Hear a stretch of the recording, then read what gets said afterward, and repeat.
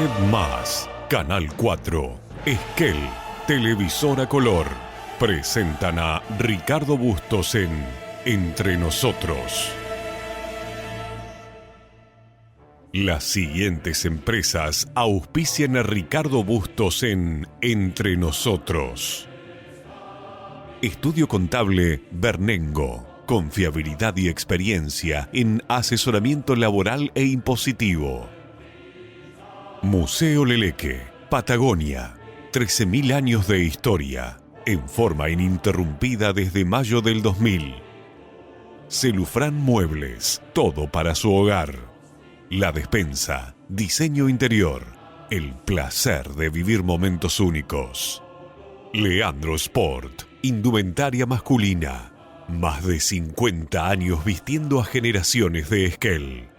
Legión Mat, materiales para la construcción, cimentando el crecimiento y el futuro de la región. Random, la inversión que te hace sentir en casa. Viñas del Nantifol, pioneros en la actividad vitivinícola en el Valle de Trevelin. Spa Regüe. Equilibrio, armonía, bienestar. Buenas noches, buen lunes para todos. Entre nosotros nuevamente. Primer bloque del programa con el nuevo secretario general de la ATECH, Martín Pena, hombre de la cordillera que desde aquí, desde la ciudad de Esquel, a partir del próximo 10 de diciembre, comandará el gremio de la ATECH, el gremio más importante que tiene la docencia en la provincia del Chubut. Habiendo ganado las elecciones internas en el gremio docente, a partir del próximo 10 de diciembre se hará cargo de comandar los destinos del gremio docente en toda la provincia del Chubut. Tendrá la responsabilidad de representar a más de 17.000 docentes de toda la provincia frente al gobierno en las negociaciones salariales, en las discusiones por el estado de inicio de las escuelas, en las discusiones por el contenido educativo dentro de los límites geográficos de la provincia del Chubut y con todo lo que tenga que ver con la reforma educativa. Segundo bloque del programa, hablaremos con la ex ministra de Economía de la Nación, Felisa Miceli, que vuelve a la provincia del Chubut, vuelve a la ciudad de Esquel para hablar de los recursos naturales y para hablar de economía. Va a estar con nosotros en el segundo bloque del programa haciendo un repaso de lo que era ese periodo de la Argentina, de la economía argentina entre 2005 y 2007, cuando fue ministro de Economía en el gobierno de Néstor Kirchner, y repasaremos también un poco el escenario económico de la Argentina, de la actualidad y una proyección hacia el futuro desde su punto de vista, por supuesto, un punto de vista que tiene poco que ver con el gobierno del actual presidente Javier Milei. Y el tercer bloque del programa, un tema que está permanentemente en la discusión de la agenda política de la ciudad de Esquel, que tiene que ver con el presupuesto municipal. Son casi 47.000 millones de pesos que pretende el intendente Matías Tacheta ejecutar el año que viene y que, por supuesto, esos 47.000 millones de pesos son los que en cuota parte cada uno de los esquelenses deberán tributar a través de los impuestos. Bueno, ¿cómo se ejecuta un presupuesto? ¿De dónde sale el dinero? ¿Quién lo controla? De todo eso vamos a hablar con Jorge Jürgen, que fue secretario de Hacienda en el gobierno de Ubaldo Ongarato por la década del 90 y además fue 3 veces concejal en la ciudad de Esquel. Desde su experiencia nos va a explicar qué es el presupuesto, quién lo financia, que ya sabemos, es usted y soy yo, y de qué manera se debe controlar y se debe ejecutar. Todo esto entre nosotros esta noche. Comodoros es la más grande. ¿Y allá no tienen gente? Sí, tenemos. La agrupación va creciendo, en algunos lugares con más fuerza, en algunos lugares hace menos tiempo. Comodoro es una de las últimas que estamos construyendo, la agrupación Celeste, se llama así. Sí. Y bueno, vamos con los pasitos, ¿no? Ahora ya logramos pasar los 220 votos, que era algo que no se llegaba. Y bueno, eso nos dio congresales, que son también la parte, digamos, legislativa, si se quiere, dentro del sindicato, que no los teníamos ahí. Bueno, eso también nos ayudó a hoy tener no solo lo que es la Junta Ejecutiva Provincial, sino también un congreso favorable. ¿Cuántos docentes hay en la provincia de Chubut? 17.500 docentes. ¿Cuántos afiliados tiene ATECH? Hoy 7.000 afiliados. 7.000 sobre 17.000. Sí. ¿Aspiran a más? Siempre se aspira a más. Siempre, obviamente. Y de 7.000, ¿cuántos votaron?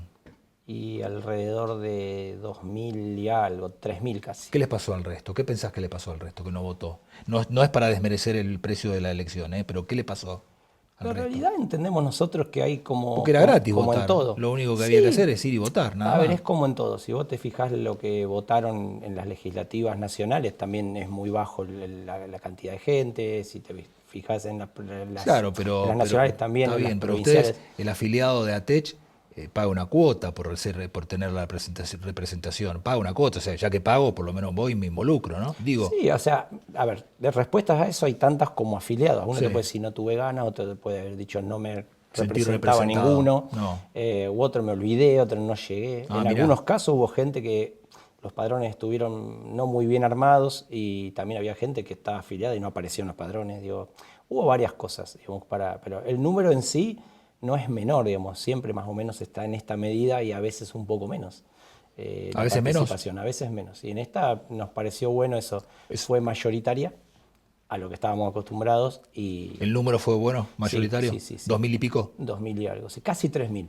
Bueno, ¿y el resultado cómo le fue a usted? Bueno, ganaron, obviamente, vos sos el nuevo secretario general, pero ¿cómo fue el resultado final?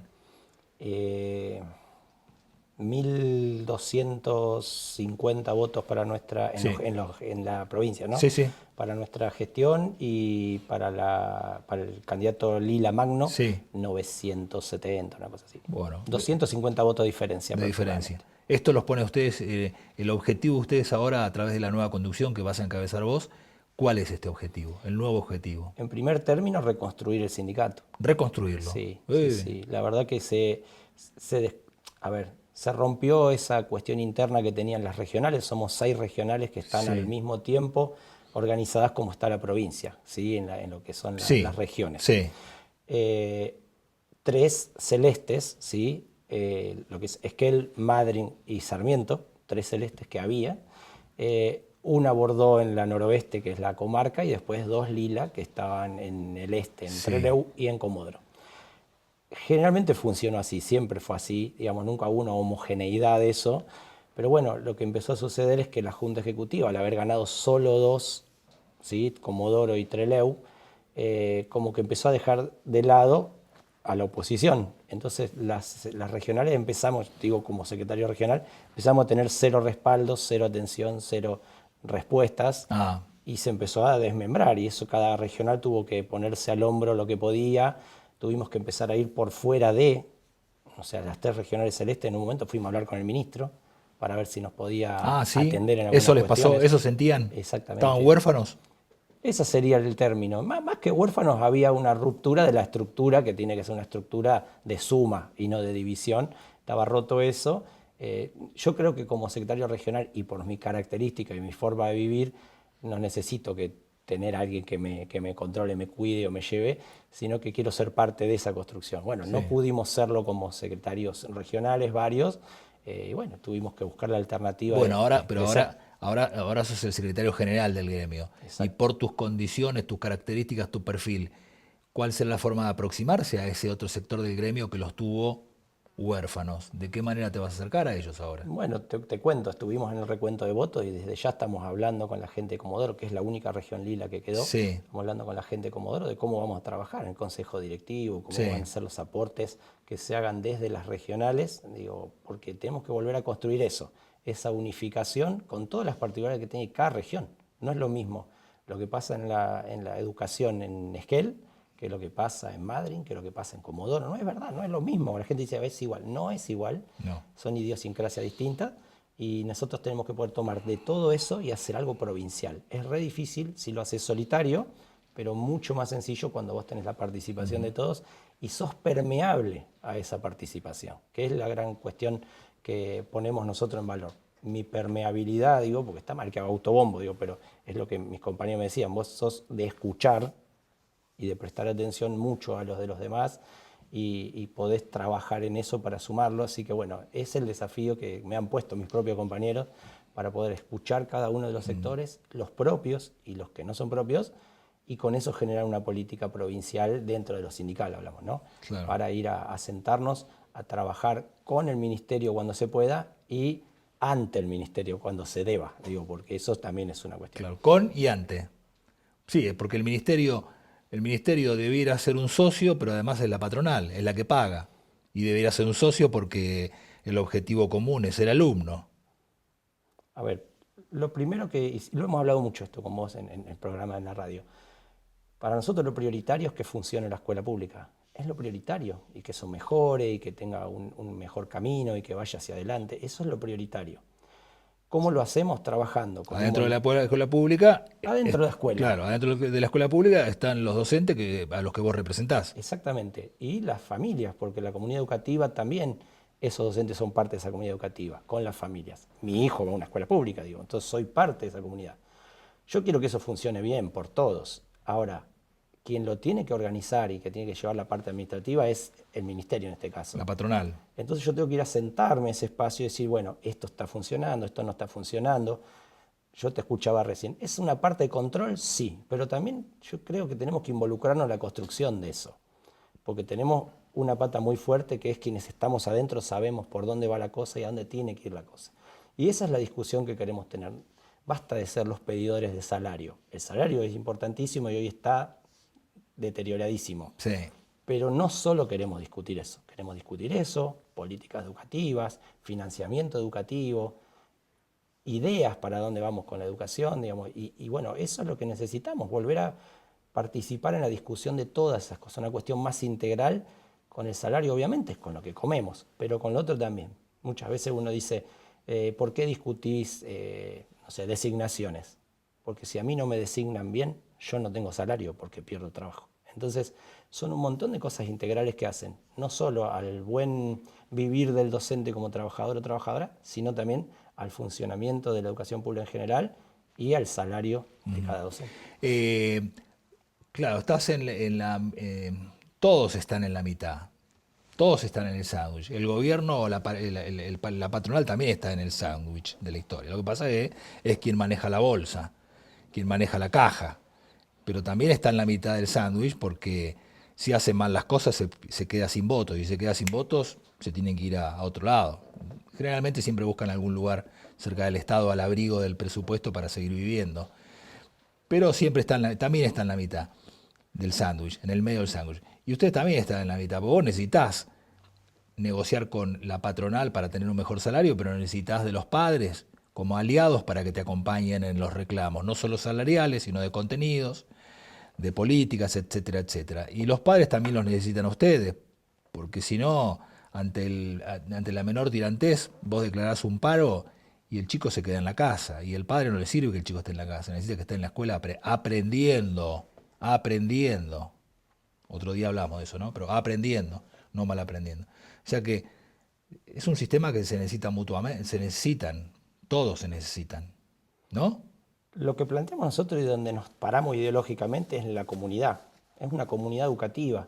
Todos somos parte de esa comunidad educativa. Cuando nosotros reclamamos, y nos has escuchado el tema del gas, de noviembre a abril sin gas 14 escuelas, y no había reacción. Bueno, los padres ya no sabían a quién recurrir. Y obviamente nosotros estábamos ahí para que eso suceda. Y fuimos nosotros quienes nos presentamos, en este caso acá fue con el intendente Taceta, que la verdad que fue una situación bastante tensa. Y bueno, y fuimos y le dijimos, mirá, vos sos el nexo que tenemos con el gobernador, que no teníamos forma porque la Junta Ejecutiva no lo hacía. ¿Cómo hacemos? Y nos fuimos a sentar, fuimos al Consejo Deliberante, estuvimos muchas sesiones ahí pidiendo. Bueno, ¿y qué terminó pasando? La comunidad educativa nos llamó, vamos a hacer una presentación pública, una conferencia de prensa, y fuimos todos juntos. Entonces, esa fue la manera de solucionarlo. ¿Por qué? Porque rápidamente en 2 semanas estaban las escuelas andando. En 2 semanas. Entonces, ¿hacía falta llegar hasta ahí? Yo creo que no. Pero bueno, cuando hizo falta estuvimos. Nos pusimos de acuerdo con la comunidad educativa porque, primero que nada, los docentes querían trabajar con calefacción. Y sí. Nuestros hijos van a la escuela y necesitamos que tengan calefacción. Y esa comunidad educativa, que quizá no es docente, porque no lo es toda, también necesita que sus hijos estén bien. Entonces, en esos son los lugares comunes que encontramos donde debemos trabajar juntos. Las puertas de nuestro sindicato están abiertas. Ha venido gente que ni te imaginás, que venía a sentarse y decir, ¿cómo hacemos para mejorar esto en la escuela donde va mi hijo? Mira, esta puede ser una opción. Y se han terminado arreglando cosas y hemos participado a veces desde el silencio, pero ha ayudado a eso. Entonces, ese es nuestro trabajo, ser parte de esa comunidad, ser el nexo entre, vos decís la patronal, para nosotros es para quien organiza el Estado, y ver cómo hacemos para que funcionen las cosas mejor. Esa es nuestra meta, digamos, que las cosas funcionen, no generar problemas, solucionar los problemas. Claro. Y que esto funcione. Eso es nuestro rol. Bueno, éxitos para el año 2026. Bueno, muchísimas gracias. Arrancás una gestión al frente del gremio sobre el final de un año, o sea que tienen todavía la colita de 2025 y prácticamente todas las vacaciones como para asentarte en el gremio y encarar un año 2026 que, como todos los años, por supuesto son intensos, pero bueno, tenés un changüí ahí de 2-3 meses como para tomar posesión asentar los reales del gremio. Bueno, ahora el 10 de diciembre es a la Asunción, ya estuvimos en contacto con el ministro, La idea es sentarnos rápidamente una vez que podamos asumir y empezar a trabajar con eso. Nos tiene a las corridas 2 puntos específicos. Uno es lo salarial. Desde el mes de septiembre que no hay aumento salarial. Ahora vinieron 2 bonos que estuvieron pésimamente pagados, ni se pagaron, te diría. Es decir, que se acumulan meses sin aumento. Uno de los compromisos era ir siguiendo la inflación, más allá de que estuviésemos de acuerdo o no, eran al menos un camino. Bueno, hace ya varios meses, desde septiembre, que fue el último que nada, y no hay visión de llamada paritaria. Eso es un problema muy grave porque se van a ir acumulando más costos y mucho más aumentos de lo que es la inflación. Eso hay que resolverlo antes de fin de año. Totalmente. Y la segunda parte es lo que más tiene complicado a una gran población de la educación, que es la titularización de secundaria, donde bueno, se han tomado algunos criterios, se han arbitrado algunos medios para hacer titularización, no está conteniendo a todos y hay muchos compañeros y compañeras que van a quedarse con menos horas de las que tenían, muchas menos, lo que va a hacer que los bolsillos se queden más flacos y también gente que queda fuera directamente sin nada, ¿no? Entonces, bueno, en esta conversación pudimos ponernos de acuerdo con él a trabajar ese papel, ese pliego que hay, para ver cómo lo acomodamos para que haya una mayor oferta de horas, una mayor amplitud para que más compañeros queden dentro de eso comprendidos y que no sea un cimbronazo tan fuerte. Así que bueno, es el compromiso más rápido que tenemos, lo salarial y esta titularización que bueno, hoy día tiene con mucha ansiedad a muchos trabajadores y trabajadoras de secundaria que no saben qué va a pasar con ellos el año que viene, que eso sería en febrero. Así que bueno, tenemos ese compromiso y ese apuro de resolverlo en estos meses que vos decís, que no serán vacaciones seguramente. Bueno, éxitos para el año que viene, Martín. Muchas gracias, Ricardo. Nos vamos a una pausa, volvemos enseguida.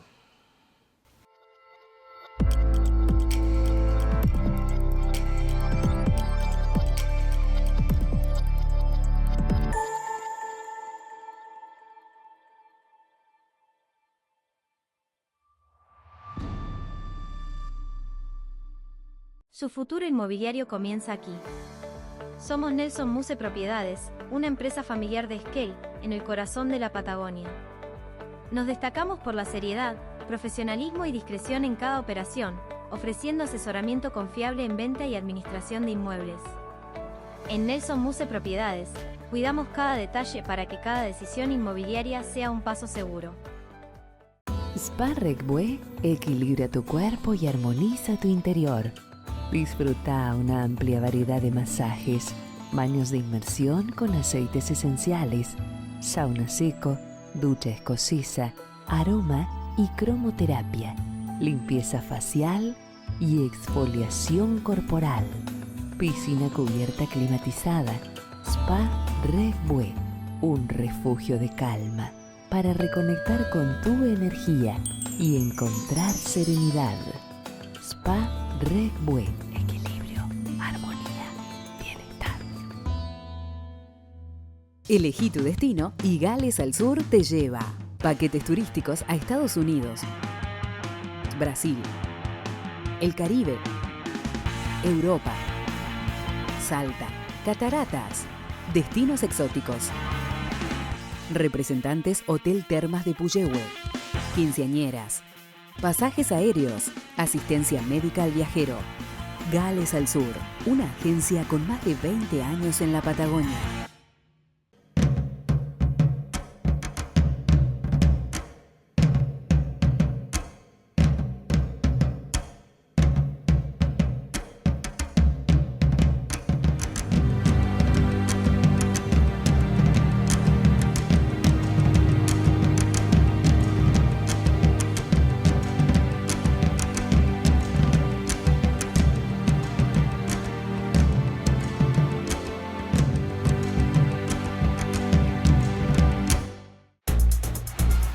Cuando confías te animás a cualquier desafío. Por eso Manu va a ser judo y la Peque va a jugar al básquet.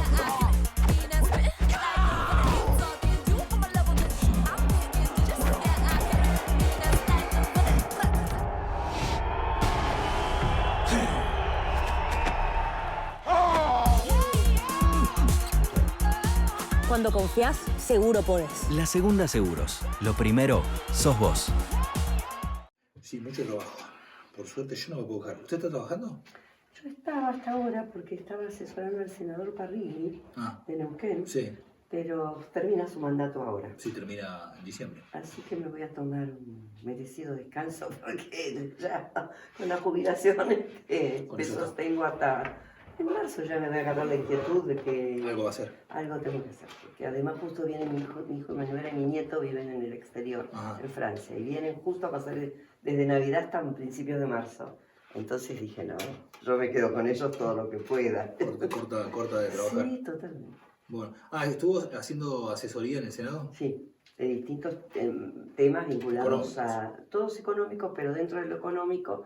a toda la cuestión que es acuerdo con el Fondo Monetario, la cuestión externa del uso de las divisas, el endeudamiento, muy referido a la macroeconomía. Sí, bien lo suyo. ¿Cómo llegó usted en el 2005? Claro, usted fue la segunda ministra de Economía de Néstor Kirchner. Porque primero fue estaba Labaña. Bueno, Labaña lo heredó de Duhalde. Correcto, exactamente. El primer ministro de Economía propio de Kirchner es usted. Sí. ¿Cómo llega? Hagamos un poquito de historia para mucha gente que está mirando el programa. Bien. Usted tiene, no quiero preguntarle la edad porque es una descortesía de un caballero, pero es una mujer que, digamos, es de los baby boomers, para decirlo de alguna manera. Es de los baby boomers. Y nosotros estamos trabajando hoy con una audiencia de la famosa generación de cristal, así que imagínense que mucha gente que no... Claro, que no sabe mucho de historia, hay que explicarle algunas cosas. Usted fue ministra entre 2005 y 2007. Exacto. En el gobierno de Néstor Kirchner. Muchos de los que nos ven hoy ni lo conocieron a Néstor Kirchner. Claro, muchos no chicos, saben qué pasó en algunos esa época. conocieron a Cristina Kirchner, Cristina Fernández, y de ahí en adelante algunos, pero otros no, ¿vio? Entonces, ¿cómo llega? ¿Quién refiere a Néstor Kirchner para que usted sea su ministro de Economía? Bueno, yo tenía buena relación con Roberto Labaña. ¿Tenía buena relación con él? Había sido su alumna en la facultad y compartíamos un montón de cuestiones de grupos de economistas que estudiábamos distintos temas productivos y que cuando Duhalde lo llama a Labaña para dirigir el Ministerio de Economía en el marco de la crisis terrible del año 2001-2002, a mí me convoca Labaña para formar parte del equipo del Banco Central. Y ahí empecé a trabajar con él. Labaña se queda cuando viene Kirchner, que asume en el 2003, y yo paso del Banco Central al Banco de la Nación Argentina, a la presidencia. Ahí ya fui la primera mujer presidenta del Banco Nación. Y ahí trabajamos mucho, ya lo conocí a Kirchner en esa gestión del Banco Nación y estuve ahí como 2 años y pico y después él me ofreció el Ministerio de Economía ante la aparición de ciertas divergencias que tenía con Labaña, ¿no? Por supuesto, lo hablamos todo y quedamos... divergencias profesionales. Sí, yo creo que deben haber sido también un poco del carácter quizá y algunas posiciones... ¿Carácter de los dos? Sí, claro, de los dos. Son dos personalidades muy extraordinarias, ¿no? Sí. Y creo también que había diferencias de punto de vista respecto de qué hacer con... ¿Se sigue hablando con Labaña? De vez en cuando, sí. Sí. Ahora, bueno, ya uno no está tan metido en la coyuntura, en la cotidianidad de la economía, pero siempre para mí es un referente muy importante y fue un gran ministro de Economía para mí. Claro. Vamos a ir y venir en el tiempo, si me lo permite. Sí, cómo no, con todo. Es la segunda vez que la entrevisto porque vino hace como 2 años y tuve la oportunidad de entrevistarla para radio. Para la radio. Esto es para televisión, es para Canal 4. Es otra cosa, pero tengo tiempo, así que vamos a ir y venir en el tiempo. Ese periodo de la economía argentina es muy distinto al que atravesamos hoy, muy distinto al que atravesó, muy distinto a todo lo demás. Ese primer periodo del kirchnerismo, yo ni le voy a preguntar si usted es kirchnerista o no es kirchnerista, yo vengo con la cabeza muy abierta en ese sentido, así que yo no le voy a preguntar si usted es kirchnerista o no es kirchnerista. Pero ese primer periodo del kirchnerismo es muy distinto al segundo y tercer periodo con Cristina Fernández y muy distinto al periodo de Alberto Fernández, el de Macri y el de Milei. Totalmente distinto, no se puede comparar nada con nada. Por diferentes motivos, mundiales e internos. Mundiales e internos. ¿Qué rescata de aquel periodo que fueron 2 años? Porque usted se fue y ¿quién asumió después? Bueno, se fue y se fue Néstor. Y se vino Miguel Peirano. Ah, Peirano. Bueno, pero lo sucedió a usted Peirano junto con Kirchner. Sí, exactamente. Sí. Exactamente. ¿Qué rescata de ese periodo? Yo rescato la posibilidad... Como virtuoso, ¿eh? De virtuoso. Yo soy muy defensora de lo que se hizo en ese tiempo, ¿no? Un grupo de economistas muy bien preparados, comandados por Lavagna en su momento, que... Ortodoxos todos. Heterodoxos. Sí, yo los veo ortodoxos, ¿eh? Yo creo que nosotros éramos muy ortodoxos en lo fiscal, sí, porque teníamos un superávit enorme que nunca más se volvió a repetir. Sí. Pero heterodoxos en cuanto a que queríamos que el mercado interno prosperara. Sí, en eso sí, pero... En eso decía yo, la heterodoxia, ¿no? De buscar mucho que hubiese mucho aumento de la producción. Sí. Mucho aumento de la producción, que se llevaran adelante los emprendimientos de la mayoría de las empresas, que acuérdese que veníamos de un momento donde la capacidad instalada de la empresa era muy alta y se usaba muy poco. Que se ponga en marcha todo ese aparato productivo ocioso.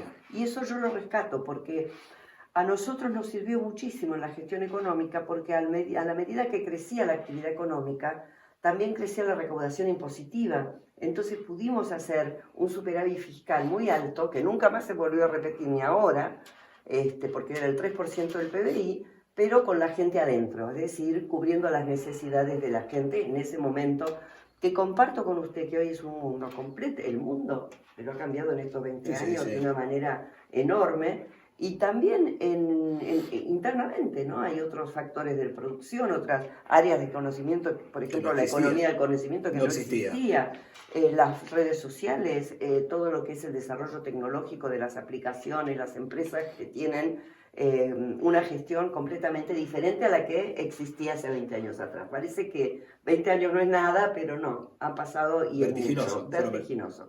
Y yo... si usted me permite resaltar esto, soy una defensora del superávit fiscal. Yo creo que un país no se puede gobernar con déficit fiscal, y más si es muy crónico. Pero fue crónico, después fue crónico. Bueno, pero es un problema eso. Está bien, no digo que se haga cargo usted, pero no, después fue crónico. Porque hay que tenerlo, porque el Estado tiene que estar ordenado. El Estado es como... si fuese la empresa de uno, la casa de todos. Usted... La escucho y me río, porque... ¿O no? Sí, está bien, coincido con usted, pero la escucho... Y bueno, pero uno se pone nerviosa cuando ve eso de que se desordena. Sí, pero tuvimos reiterados, o sea, años y años y años de presupuestos con déficit. Y sí, pero sobre todo yo creo que hubo muchos años, hubo por lo menos 6 o 7 años consecutivos de superávit. 2003 al 2009-10. Sí. Vino la crisis internacional, bueno, usted puede decir si hay que aplicar las políticas contracíclicas, lo dicen todos los manuales de economía, 1 año de déficit, 3. 1 año de no sé qué, se lo acepto. Ahora, vivir del déficit no es lo que conviene, porque además se descalibra además el otro superávit que es necesario, que es el externo. Usted no puede gobernar un país si no tiene dólares en el Banco Central. Mire lo que le está costando a Milei, que porque está la casualidad de que es amigo de Trump ahora y Trump lo necesita de nuestro país para su proyecto de la región, me parece que no podemos depender de la voluntad de un tercero. ¿Vio eso que le dicen los padres a uno cuando es chico? Que cuando tengas tu propia plata vos podés opinar y hacer lo que quieras. Bueno, en un país es lo mismo. ¿Es optimista usted con la Argentina en los próximos años? Si seguimos por este camino, yo no soy optimista. Nos veo muy dependientes de los dólares de afuera. Pero si nosotros tenemos condiciones como para generar... ¿Y por qué no lo generamos? ¿Por qué no se quedan en el Banco Central? Bueno, pero vamos camino. No lo estoy viendo a eso. Pero si tenemos los recursos suficientes. Totalmente. Pero me parece que no estamos logrando eso. Pero lo digo del gobierno de Milei, lo dije del gobierno de Alberto mientras estaba pasando. No es que lo digo ahora que ya pasó. Ya sé. Lo dije mucho y por supuesto no fui muy escuchada, que digamos, pero estoy convencida de que un país como el nuestro, que es un país pequeño, que no es un país que decide los precios en el mundo, y que es tomador de precios en la economía mundial, tiene que ahorrar, tenemos que guardar en el Banco Central y ser independientes en materia de dólares. Sí, pero no tenemos los suficientes recursos como para generarlo. Sí, pero no lo estamos haciendo. Usted fíjese que las exportaciones van bajando, que el saldo de la balanza comercial este último año fue totalmente negativo, que tenemos que ir al Fondo Monetario Internacional más o menos corriendo, que si no nos daban los 20.000 millones, el dólar se iba al diablo. Deje que los recursos energéticos, la exportación de energía adquiera su meseta y muy probablemente en 4 o 5 años eso constituye, porque digamos, carne, granos, siempre fue un sustento para la Argentina, en una época determinada. Totalmente. Pero ahora le sumamos energía. Le vamos a sumar energía, le vamos podemos a sumar energía sumar 4 o 5 años más. Le podemos sumar minería. Sí, bueno, sí. Yo sé que acá en Chubut en general hay una discusión respecto de eso, pero bien, es un rubro que con los cuidados pertinentes ¿Y por qué no? me parece que se podría llegar por eso, a desarrollar. energía, en general, energía. Energía. Tenemos energía que nos sobra. Sí, la estamos Vaca exportando. Muerta, en 5 años más, Vaca Muerta va a tener su punto máximo, digamos. Entonces, y bueno, puede venir ahí unas divisas olvídese de excelentes. Olvídese de No me olvido de Milei, porque a lo mejor dentro de 5 años el gobierno es otra característica, ¿no? Y me parece genial. ¿No tiene los recursos Argentina como para generarlo? Pero si los recursos están materialmente, o sea, hay energía, hay minería, hay industria del conocimiento, el sector agroindustrial o agroalimentario, todo lo tenemos. El problema es que después, si el Banco Central no hace la política correcta, no tenemos reservas. Entonces, ¿qué puede pasar? Que exportemos de todo, pero que no se guarden esas reservas. Y si el mercado ve que el Banco Central está flojo de divisas, le va siempre a tratar de torcer el brazo y generar mayores beneficios con una devaluación. ¿Usted cree que el Banco Central tiene que tener divisas? Yo sí, porque si no estamos endebles frente a los mercados. Por el mercado digo, que no. ¿Usted es partidaria de que el Banco Central tiene que poner el precio de la divisa?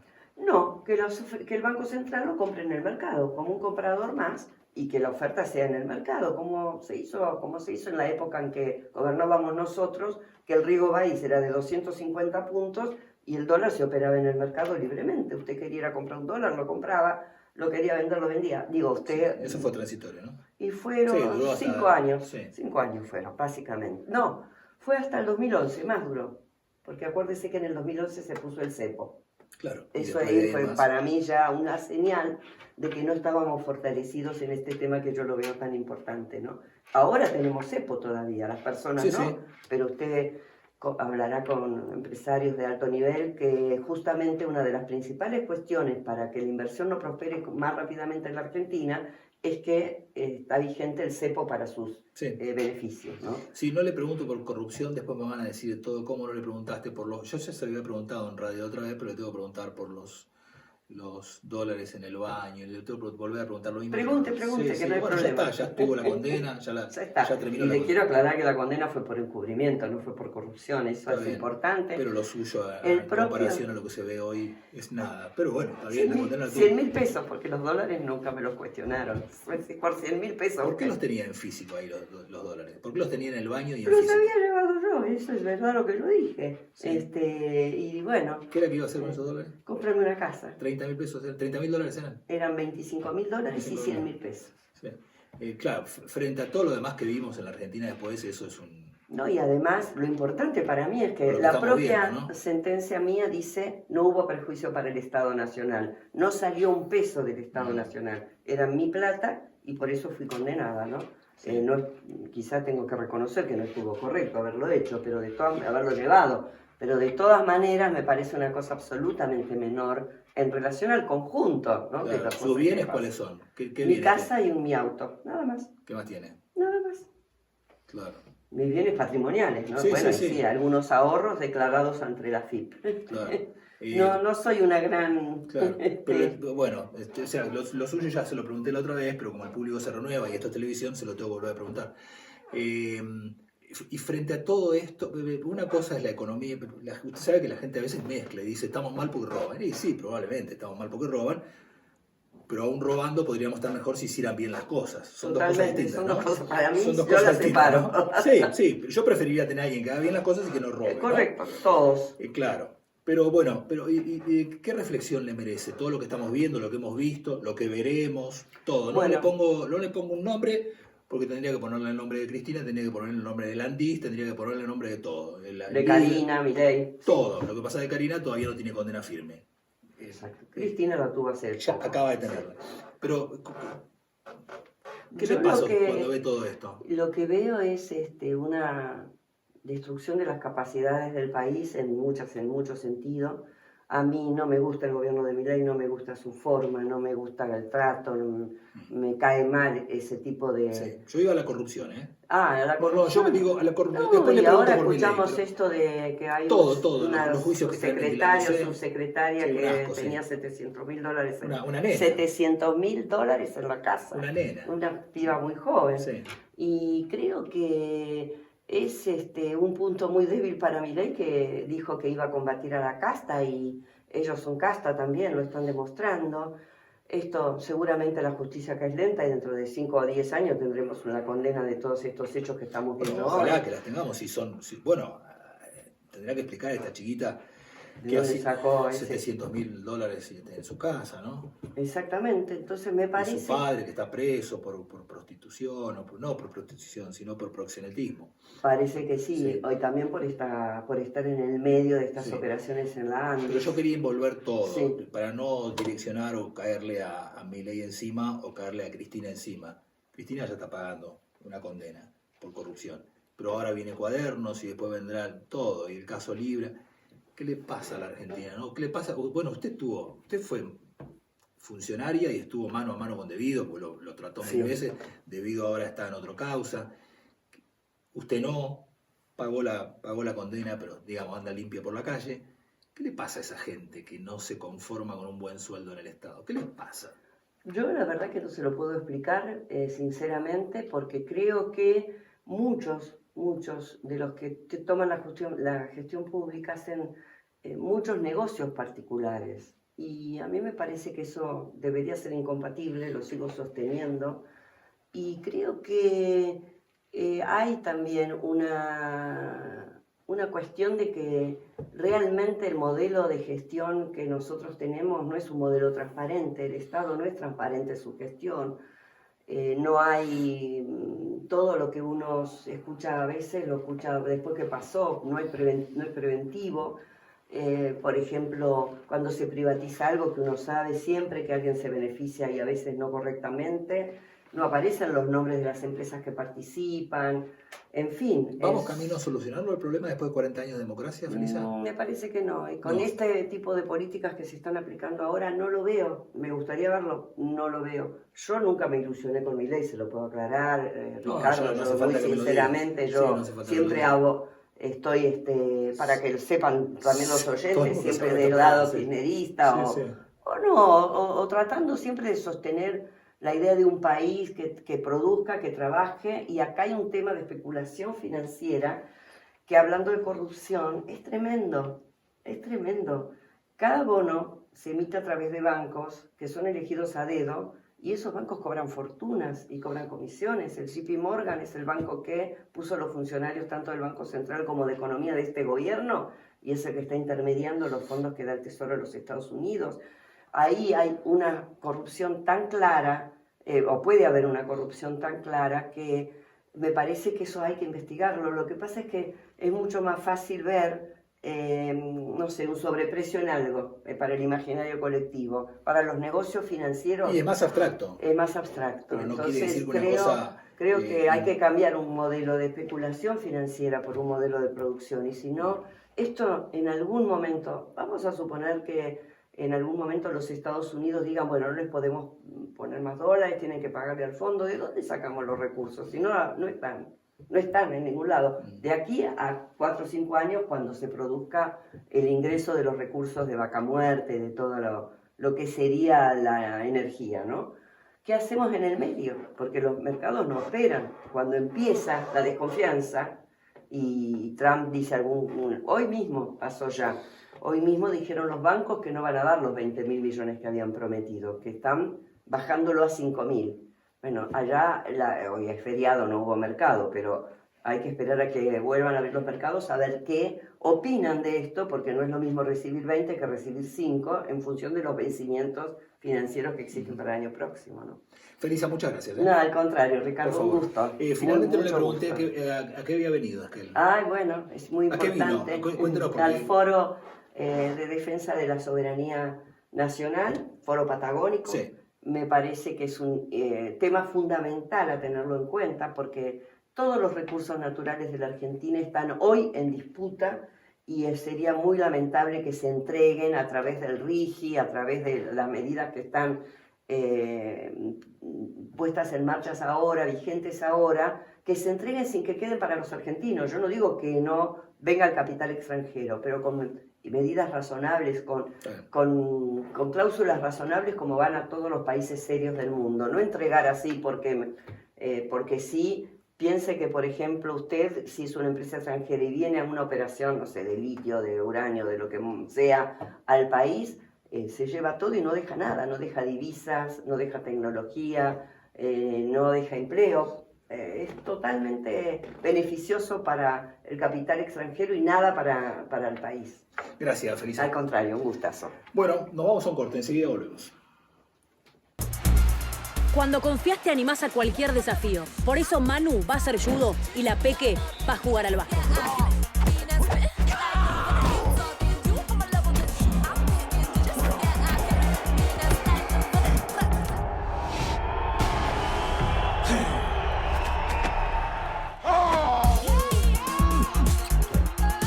Cuando confías, seguro podés. La Segunda Seguros. Lo primero, sos vos. Su futuro inmobiliario comienza aquí. Somos Nelson Muse Propiedades, una empresa familiar de Esquel, en el corazón de la Patagonia. Nos destacamos por la seriedad, profesionalismo y discreción en cada operación, ofreciendo asesoramiento confiable en venta y administración de inmuebles. En Nelson Muse Propiedades, cuidamos cada detalle para que cada decisión inmobiliaria sea un paso seguro. Elegí tu destino y Gales al Sur te lleva.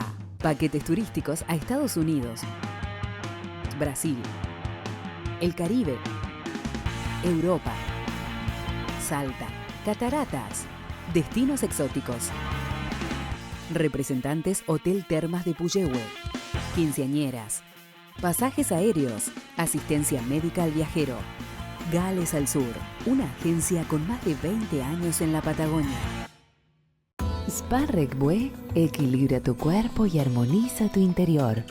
Disfruta una amplia variedad de masajes, baños de inmersión con aceites esenciales, sauna seco, ducha escocesa, aroma y cromoterapia, limpieza facial y exfoliación corporal.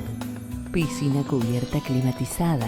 Spa Regbue, un refugio de calma para reconectar con tu energía y encontrar serenidad. Spa Regbue. Equilibrio, armonía, bienestar.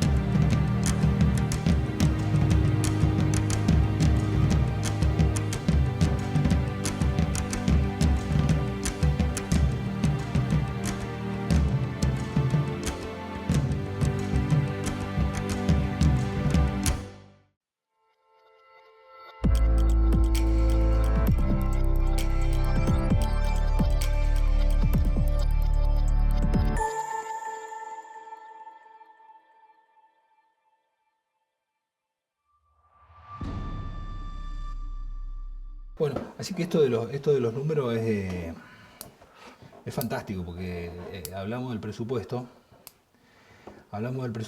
y a veces hablamos del presupuesto y no sabemos de cuántos números estamos hablando. Y a veces el ciudadano, que es el que paga todo esto, porque es el vecino, el contribuyente el que paga todo esto, como que no percibe, no alcanza a dimensionar cuánto es sabe lo que contribuye porque sabe lo que le cuesta pagar los impuestos, pero no sabe el global de la cifra y no alcanza a tomar dimensión de lo que significa para hacer funcionar un municipio. ¿Vos fuiste secretario de Hacienda en qué año? Yo ni había nacido todavía. No, vos no. No había nacido. No. Fui secretario de Hacienda con el ingeniero Ungarato. Sí. ¿Y en el año 91? 91.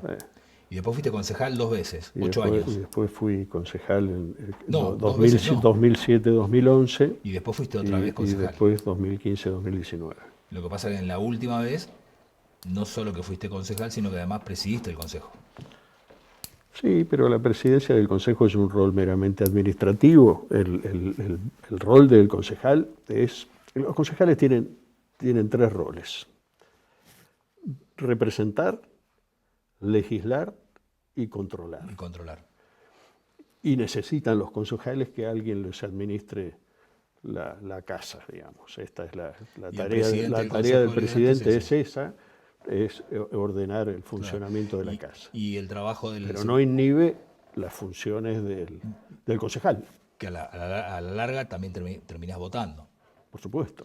Pero la tarea del secretario de Hacienda es administrar los recursos de los contribuyentes. Esa es otra, claramente. Totalmente distinta. Sí, claramente, porque el presupuesto tiene una etapa de elaboración que, excepto los municipios que tienen cartas orgánicas que nosotros no tenemos funcionando, pero tampoco difieren mucho de lo que prescribe la ley 1646, la ex 3098, digamos que es la ley de corporaciones municipales. Sí. Entonces tiene una etapa de elaboración que esa le está encomendada exclusivamente al Departamento Ejecutivo. Después viene una etapa donde los concejales tienen que visibilizar ese presupuesto. Luego viene la votación y finalmente viene la etapa de control. Y de ejecución. La ejecución. El control de los concejales. Sí. Después que el presupuesto fue convertido en ley, se le entrega al Departamento Ejecutivo y luego de eso vuelve al Consejo Deliberante para el control ulterior. Para ser controlado. Para controlar la ejecución de lo que el Consejo ordenó. Que es un trabajo, entonces, todo esto, esta charla que estamos teniendo hoy es una charla didáctica, porque vos ya no tenés ni funciones ejecutivas para diseñar el presupuesto como lo hiciste con Ongarato cuando eras secretario, ni funciones legislativas como eras cuando eras concejal. Simplemente esto es, en base a tu experiencia, explicarle al televidente cómo se hace un presupuesto, cómo se ejecuta y cómo se controla. Que es dinámico. Absolutamente dinámico. Nace en la cabeza del intendente y sus colaboradores, se pone al referéndum de los concejales, vuelve al Ejecutivo para que lo ponga en marcha, lo gaste, y los concejales lo van a ir controlando mes a mes si hay desvíos o no hay desvíos. Es exactamente. ¿Dicho así? ¿Está bien? Sí, está bien dicho. Vos lo acabas de declarar. El pueblo no delibera ni gobierna sino a través de sus representantes. Esto que yo voy a decir corre por mi absoluta cuenta. ¿Qué? Solamente puedo hablar de esta dinámica, no del contenido que tiene este presupuesto. No, eso. Porque en el fondo. Eso es materia opinable, pero. No, porque es el plan de gobierno que presentó el intendente. Eso está. Pero la labor de representación que tienen los concejales, a mí me hacen ver que cada decisión presupuestaria donde hay recursos aplicados al bienestar general de la comunidad, son el voto de la representación. Los que convierten en ley la herramienta presupuestaria son los concejales. Sí. Y esto hay que tenerlo claro. Y los recursos no son la voluntad de los concejales ni del intendente. Los recursos son públicos. Los recursos son de los contribuyentes. Que ponemos del bolsillito mes a mes o una vez al año. O como fuere. Los vecinos. Exactamente. Eso hay que tenerlo. Yo escucho tu programa cuando la gente dice, no pasan por mi cuadra a recoger la basura, el adoquinado de esta otra. Bueno, todo eso tiene que estar contenido en esta herramienta a la que nadie le bolilla. Pero el presupuesto es la herramienta financiera central de la estructura del municipio. Es lo que explica por qué a la mañana se enciende la luz y por qué a la noche se apaga o se cierra la puerta. Tal cual. Lo que pasa es que es una empresa que no se cierra a la noche. No, claramente. No. Las 24 horas del día. Exactamente. Bueno, pero entonces esa dinámica, y los representantes son los encargados de darle esta etapa. Ahora el presupuesto ingresó al Consejo el 14, entiendo que fue así.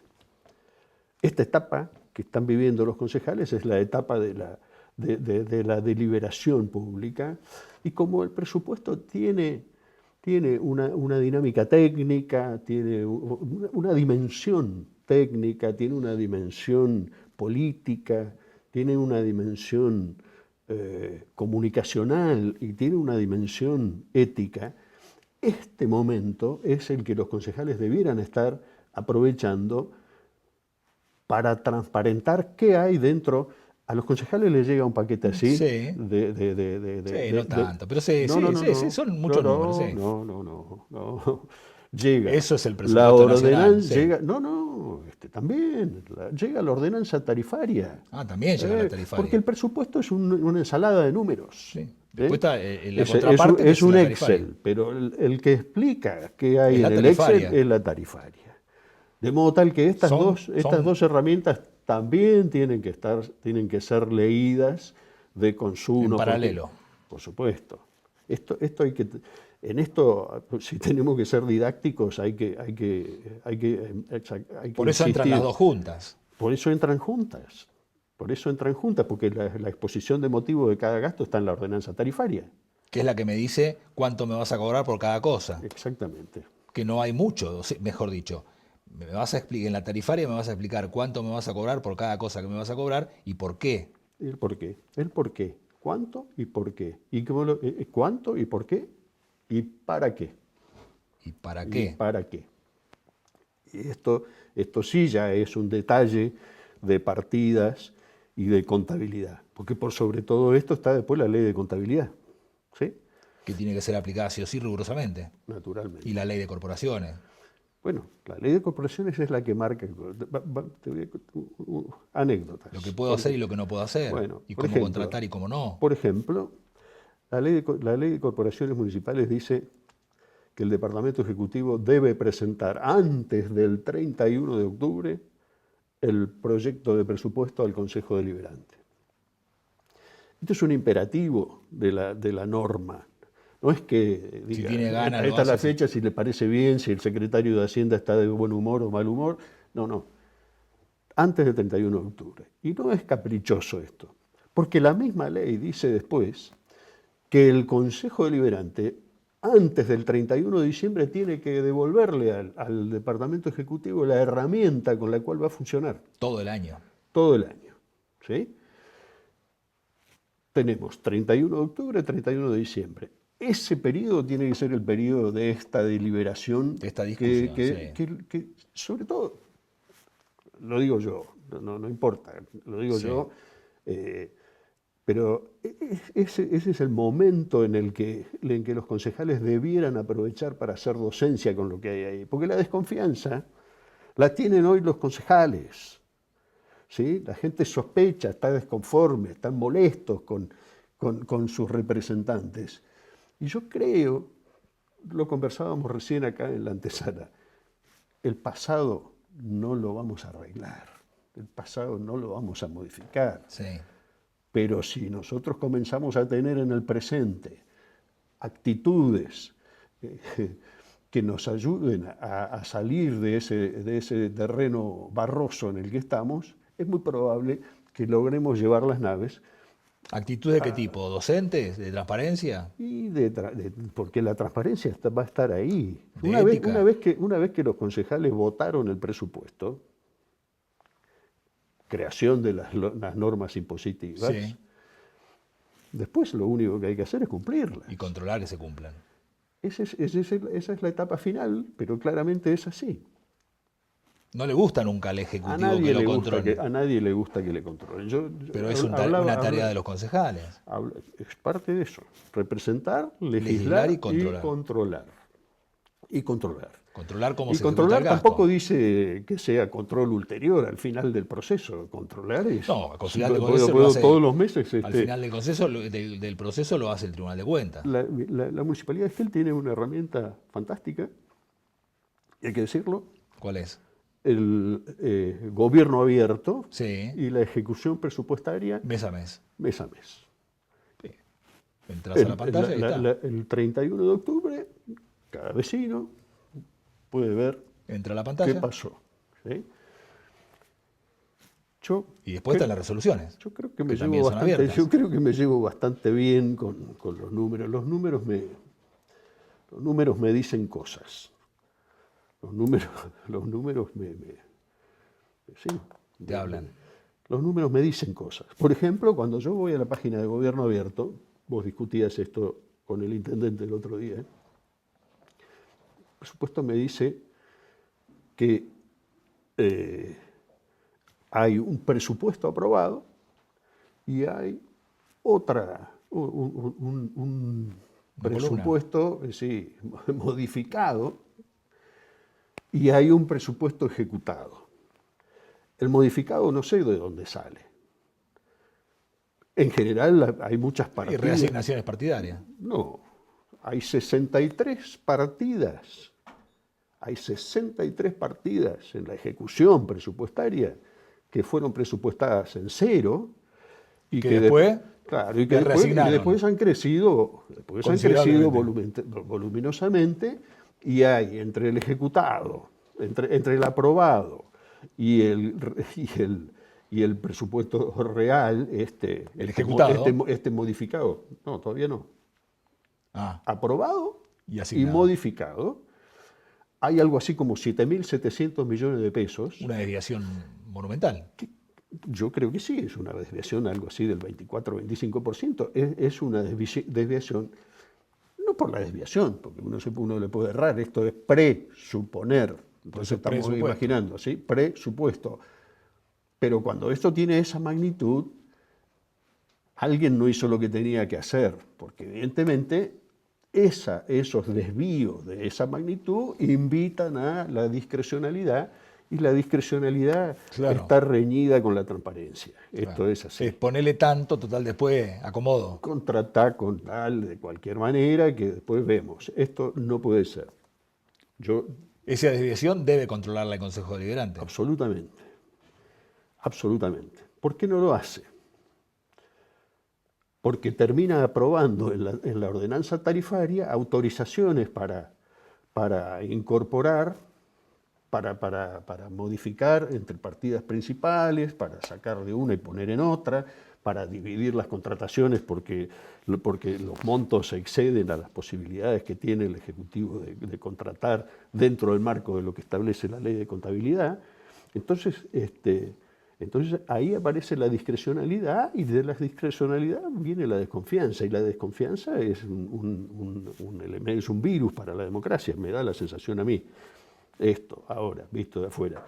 Yo, antes que fraile, yo fui monaguillo, ¿no? Entonces, hace unos días, hablando para concejales de toda la provincia que me habían invitado de la legislatura, les contaba esto, porque además en el mismo foro estaba el intendente Taceta y el ex ministro de Economía Val. Dos Masterchef. Sí. Dos Masterchef. En asignar partidas. De la cocina, claramente. Yo creo que no llegaba ni ayudante de cocina. Pero lo cierto y concreto que después eso, seguro que no fueron a contar de qué cosas han podido ver alguien en la comisión de presupuesto del Congreso, han estado de la Cámara de Diputados, claramente. Sí, han estado lo del mostrador. Por eso digo que hace falta la dimensión ética del presupuesto, tiene que ver con adjudicar equitativa y responsablemente los recursos que son de la comunidad. Y por eso la última pregunta, son de la comunidad. ¿Vos creés que la comunidad percibe cierto celo de la dirigencia política, llámese un concejal un secretario de Hacienda o un intendente o quien fuere, pero en este caso estamos hablando de una dimensión local, de una municipalidad, hablamos de un concejal o un intendente. ¿Pensás que la gente percibe cierto celo, cierto cuidado, cierto control y pulcritud en la asignación, en el control y en la ejecución de los gastos? Yo no sé si lo percibe. Debe percibirlo, es imprescindible que lo haga. Yo te decía que a mí los números me dicen algunas cosas. ¿Me dejas que te lea algo? Es responsabilidad de los concejales recuperar esa confianza que se ha ido perdiendo. El artículo 8 bis de la ordenanza tarifaria que recientemente ha elevado dice: autorízase al Departamento Ejecutivo Municipal a declarar como agente de percepción de la tasa o a realizar un convenio con la cooperativa 16 de octubre a los efectos de que por intermedio de la misma se realice el cobro de la tasa de servicios urbanos municipales, fijando en el mismo los pormenores vinculados a la facturación. Los mismos serán remitidos al Honorable Consejo Deliberante para su conocimiento. Esta percepción... Te felicito por leer sin lentes. Eso es, bueno... Una hazaña para mí. Una hazaña, para mí también un milagro. Pero bueno, este dato yo espero que no pase inadvertido para los concejales que tienen que tratarlo. ¿Por qué te voy a decir esto? Porque hay una sentencia judicial reciente de un juez que además es vecino de Esquel, ratificada por la Cámara Federal, que impide hacer esto, que aparece colado como un artículo 8 bis dentro de la ordenanza tarifaria. Y como el paquete de cosas a leer es gravoso, hay que prestarle alguna atención. Para que nada se cuele. Porque el vecino, ¿qué puede hacer? A ver, el vecino debería estar esperando a ver qué hace el juez, que determinó que esto no debe hacerse. Claro, pero son los concejales los que tienen que velar. Pero naturalmente, porque alguien tiene que controlar, y controlar es poner el foco en estos detalles que para la gente el vecino de a pie tiene suficientes ocupaciones como para estar haciendo lo que le encomendó a sus representantes. Entonces, vos decías, ¿percibe? Yo no sé si percibe, debe percibirlo, porque es una necesidad, porque los recursos que están en juego no son de los funcionarios, son de la comunidad, son de los vecinos, y deben ellos velar porque estos recursos tengan las aplicaciones que verdaderamente hagan al interés general. Y digo, representar es la ley de corporaciones municipales, representar el interés general de la comunidad. No es representar los intereses de los amigos, eso es otra cosa. La ley nos dice representar el interés general de la comunidad. Y entonces, para no vivir al margen de la ley, yo aspiro y deseo y les pido encarecidamente a los concejales que se aboquen a estos detalles, porque nos van a hacer mejor la calidad de vida.